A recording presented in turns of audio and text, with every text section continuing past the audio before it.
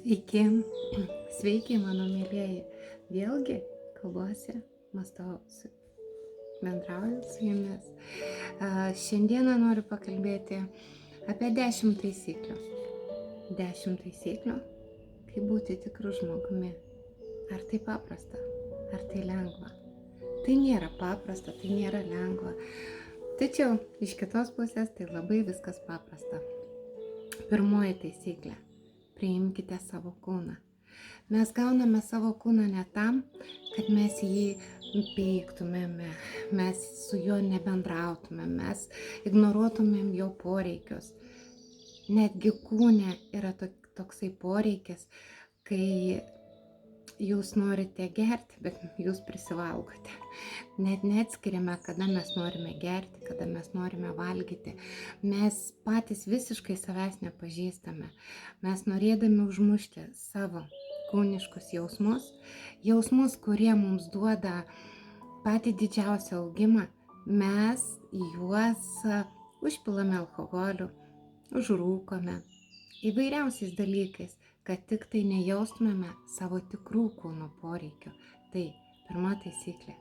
Mylėkime ir gerbkime savo kūną, nes tai yra šventovė, kurioje gyvena mūsų sielos, o mes esame šventos būtybės.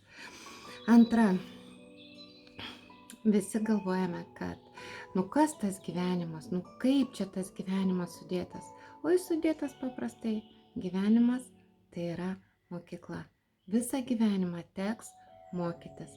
Ir jei kuo daugiau mes prieštarausime, kuo daugiau mes pyksime, kuo daugiau mes norėsime kažkam kažką įrodyti, tuo labiau, pabrėžiu, tuo labiau mums pamokos bus tokios įdomesnės ir nepaprastesnės, nes mes visada, juk netgi jei kažko nemoki, būdavo mokykloje paliekamiem 2 metam, arba kažkas nutinka tokio, kad tau tenka kartoti kursą.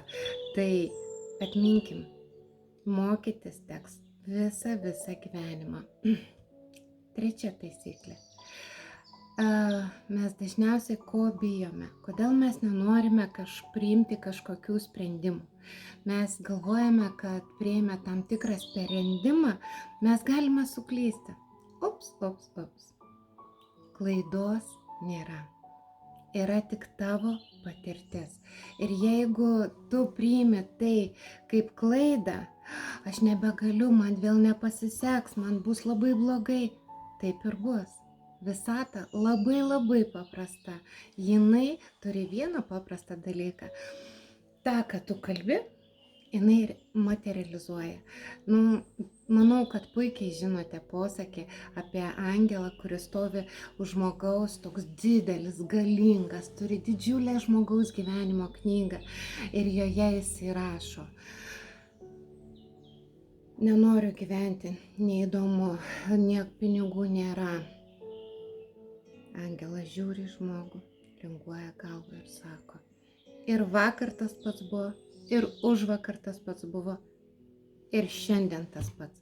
Negi jis nenori kitokio maisto, pavyzdžiui, jachtos, automobilio gero, gerų draugų, sveikatos puikios. Negi jis visą laiką nori tik skurdo ir vargo, bet laisvos valios principas yra jo. Jisai renkasi būtent, ko jisai nori. Tad, mėlyjeji, nebijokime klaidų, nes mūsų angelai užrašinėja mūsų mintis. Ir žodžius, aišku. Ką kalbėsite, tą turėsite. Ir nebijokime nei suklysti, nei tai patirtis, kur gali ir laimėti, nebūtinai, kad pralošti. Tai patirtis, tik nuo tavęs priklauso, kokią tu patirtį turėsi. 4. Mes galvojame, kad jau dabar sąmoningumas, jau dabar aš esu viskas pažengusi. Ne. Mes esame visada pabaigę vieną klasę, mes pereiname į kitą, pabaigę kitą, mes pereinam į dar sekančią. Ir mes va taip keliaujame ir keliaujame ir keliaujame. Ir pamokos jos nebūna nei didesnės, nei mažesnės, jos būna tol, kol mes išmokstame. Tik tai žaidėjai toj pamokoj keičiasi. Nes jeigu mes pamokos nesupratom su, daleiskim, Irena, Janina, Antanina, Antanu, tai mum duoda Inga, Lina ir dar kokį nors šefą, kuris būna visiškai nesukalbamas. Nes pamokos jos niekur nedings, jų keičiasi. Tik tai pats sunkumas, stiprumas. Tai apie tai labai svarbu. Ir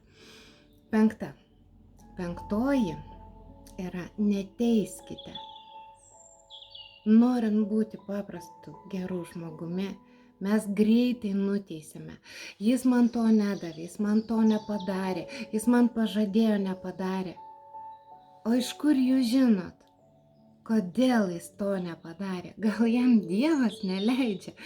Susiklosto tokios aplinkybės, apie kurias kiti žmonės net neįtaria, kas to žmogaus gyvenime yra. Ir jie, ne, čia juk aš, čia juk mano, čia juk man. Aš čia, netgi jei jūs ir pinigus kažkam sumokėjote, jūs džiaukitės, galbūt jūs šitaip su tuo žmogumi įsipirkot karminę pamoką. Jūs net neįsivaizduojat, kiek yra dalykų, kuriais tai nepiknaudžiavimas. Aišku, jei žmogus piktybiškai piknaudžiauja, jis nukentės. Bet jeigu žmogus tikrai yra aplinkybių gyvenime, kai metus, 2, 3, tu net negali atsitiesti. Jau nekalbant apie tai, kad pradėti kitaip gyventi ir tu negali savo žodžių, pažadų ištesėti. Bet mes juk labai greit nuteisėm kitus žmonės. Labai greitai. Mes apsiaunam jų batus ir įsivaizduojam, kad keliaujam per jų gyvenimą. Ir geriausiai žinom, kodėl jie nieko nedaro. Ir mes labai gerai mokam juos paauklėti. Tai turėkite omenyje, jei tas žmogus kažkodėl jūs nervina, jumyse yra lygiai tas pats. Jumyse kažkur yra būtent tai, kas labai nervina kitame žmoguje. Ar tai alkoholizmas, reiškia jūs kažkur turit priklausomybę, tik ją labai stipriai slepiate. Tai yra labai stipru, bet iš to mokomės. Taigi, 5, kaip būti nuostabiu žmogumi, taisyklės pasakiau. Taigi, su jumis lygiai ir skaičių magija, o sekantis įrašas bus sekančios 5. Apkabinu ir laiminu, linkėdama gausos, meilės, sveikatos, visko jūsų ir jūsų artimųjų namuose.